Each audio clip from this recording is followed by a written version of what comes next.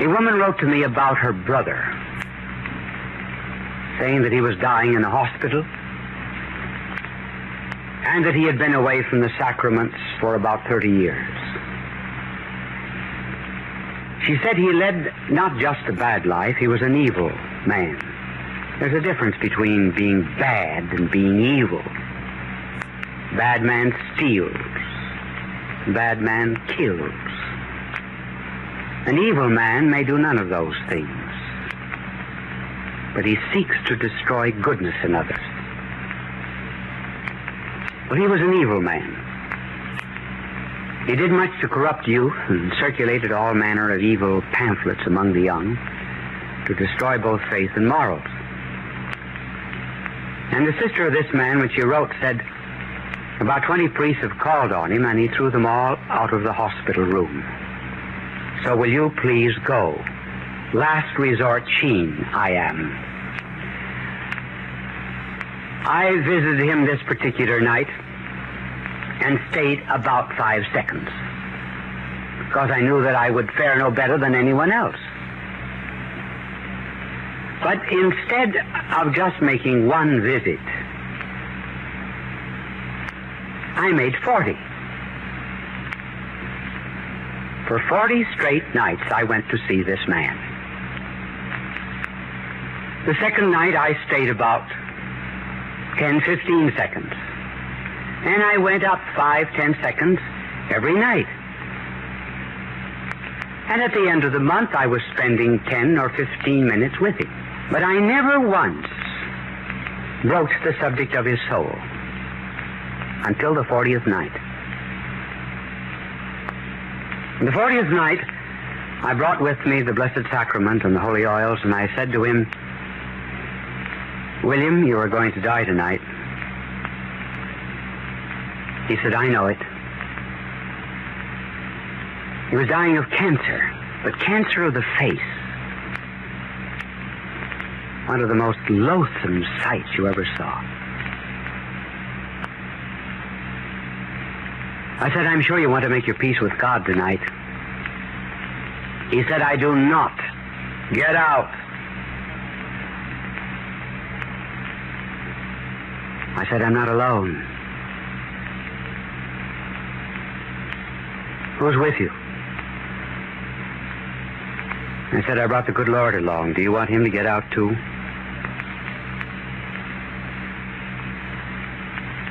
He said nothing. So I knelt down alongside of his bed for about 15 minutes because I had the Blessed Sacrament with me. And I promised the good Lord that if this man would show some sign of repentance before he died, that I would build a chapel in the southern part of the United States for the poor people, a chapel costing $3,500. Not much of a chapel? No, but an awful lot of money for me. So after the prayer, I again said, William, I'm sure you want to make your peace with God before you die. He said, I do not. Get out. And he started screaming for the nurse. So in order to stop him, I ran to the door as if I were going to leave. And then I quickly came back. And I put my head down alongside of his face on the pillow, and I said, just one thing, William. Promise me, before you die tonight, you will say, my Jesus, mercy. He said, I will not. Get out. I had to leave. I told the nurse that if he wanted me during the night, that I would come back. About 4 o'clock in the morning, the nurse called, and she said he just died. And I said, how did he die? Well, she said, about a minute after you left, he began saying, my Jesus, mercy. And he never stopped saying it until he died. Let's find about this divine invasion in our own hearts. Just suppose you could take out your own heart and put it into your hands is a kind of crucible. To distill out of your heart its inmost cravings, yearnings, and aspirations, what would you find them to be? What do you want most? First, life. Honor, ambition, power. What good are these without life? And at night we put out our hand instinctively in the dark, ready to lose that member and lose that which we treasure most, our life. Then as we continue, we find there's something else we want in life, and that is truth. One of the first questions we asked coming into the world was the question, why? We tore apart our toys to find out what makes the wheels go round. And then later on, we tear apart the very wheels of the universe to find out what makes its wheels go round. We are bent on knowing causes. That is why we hate to have secrets kept from us. Men just as well as women. We were made to know. And there's still something else we want besides life and truth. We want love.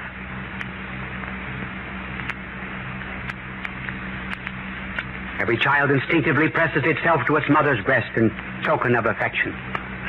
Goes to its mother to have its play wounds bound. Then later on seeks a companion, young like unto himself, to whom he can unpack his heart with words. One who measures up to that beautiful definition of a friend. One in whose presence you can keep silence. And so the quest for love continues from the cradle to the grave.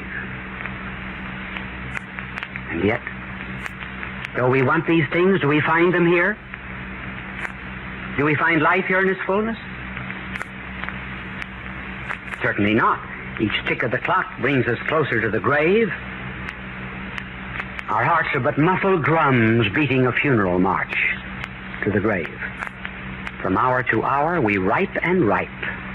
From hour to hour we rot and rot. Life is not here, nor truth in all of its fullness. As a matter of fact, the more we study, the less we know, because we see new avenues of knowledge down which we might travel for a lifetime. I wish I knew now just 1/10,000,000 as much as I thought I knew the night I was graduated from high school. So truth is not here, and love is not here either in its fullness, because when love does remain fine and noble, the day must come when the last embrace is passed from friend to friend, and the last cake is crumbled at life's great feast. So here we are, looking for life and truth and love and not finding it. Are we destined to live an absurd life? Would we ever have eyes unless there was something to see? These are fractions. There ought to be a whole somewhere. And so we ask ourselves, very much like asking now, what's the source of light in this room?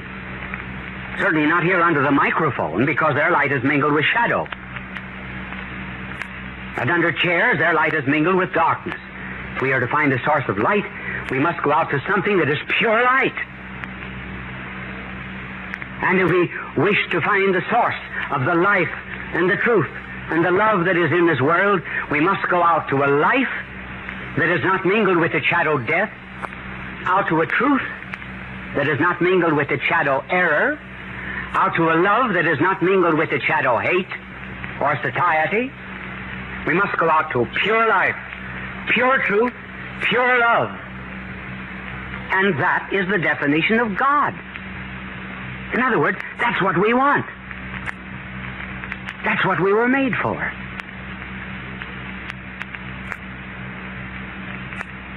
And it's He that invades the soul, as Thompson described. And after all of these evasions from the divine invasion, God speaks. And Thompson concludes his poem with, God speaking and saying, poor, piteous, futile thing. Why should any set thee love apart? Seeing none but I, make much of naught, he said. And human love needs human meriting. And how hast thou merited? Of all man's clotted clay, the dingiest clot. Alas, thou knowest not how little worthy of any love thou art. For whom wilt thou find to love ignoble thee? Save me. Save only me. All that thy child's mistakes, fancies, has lost,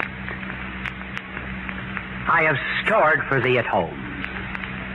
Rise, clasp my hand, and come. God love you.